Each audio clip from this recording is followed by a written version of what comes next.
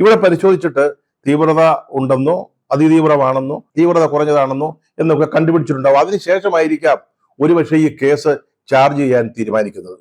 അപ്പൊ അതിന്റെ പരിശോധനാ ഫലം എന്താണെന്ന് നമുക്കറിഞ്ഞുകൂടാ. അത്തരം വിവരങ്ങളൊന്നും CPM പുറത്തേക്ക് വിടാറില്ല. അത് നമുക്കറിയാവുന്ന ഒരു കാര്യമാണ്. ഏതാണ്ട് അല്പം തീവ്രതയുണ്ടെന്നാണ് ഇപ്പോൾ കേസ് എടുത്തതിൽ നിന്ന് മനസ്സിലാകുന്നത്. അതായത് ജാമ്യം കിട്ടാത്ത വകുപ്പുകളാണ് PT കുഞ്ഞുമുഹമ്മദിനെതിരായിട്ട് ചുമത്തിയിരിക്കുന്നത്. അതുകൊണ്ട് അല്പസ്വല്പം തീവ്രതയുണ്ട് എന്ന് നമുക്ക് മനസ്സിലാക്കാം.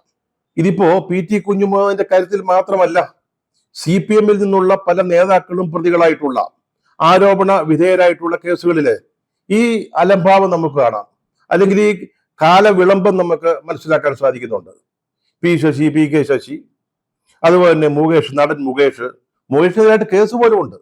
പക്ഷേ CPM-കാർ പറയുന്നത്, അതിന് CPM-ലെ ഒരു വനിതാ നേതാവ് കഴിഞ്ഞ ദിവസം വളരെ സന്തോഷത്തോടെ പറയുന്നത് കേട്ടു, മുകേഷിനെതിരായിട്ടുള്ള കേസ് ഞങ്ങൾ പരിശോധിച്ചു, അത് വളരെ തീവ്രത കുറഞ്ഞതാണ് എന്ന്. എന്തായാലും കേസുണ്ട്, ഇതുവരെ നടപടി എടുത്തിട്ടില്ല.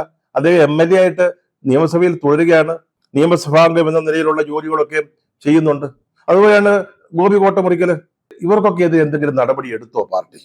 ഒരുപക്ഷെ തീവ്രത അളന്ന് കാണും, അതിന്റെ ഏറ്റക്കുറച്ചിലനുസരിച്ചായിരിക്കാം ഇവരിൽ പലർക്കും വലിയ വലിയ ഉത്തരവാദിത്തങ്ങൾ, അധികാരമുള്ള പദവികൾ നൽകുകയാണ് ചെയ്തത്, അധികാരത്തിന്റെ ഭാഗമാക്കുകയാണ് ചെയ്തത്. ഇവർക്കൊക്കെ എതിരെ പരാതി കൊടുത്ത പാർട്ടിക്കാർ തന്നെയാ, പാർട്ടി ബന്ധുക്കളാ, പാർട്ടിയിലെ ചില നേതാക്കളുടെ അടുത്ത ബന്ധുക്കളാണ്.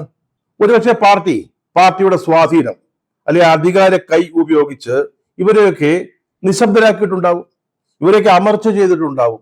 ഇതൊന്നും പുറത്തേക്ക് വരുന്നില്ല, പാർട്ടി തന്നെ അങ്ങ് തീരുമാനിക്കുക. അതാണ് ഇവിടെ നടന്നുകൊണ്ടിരിക്കുന്നത്.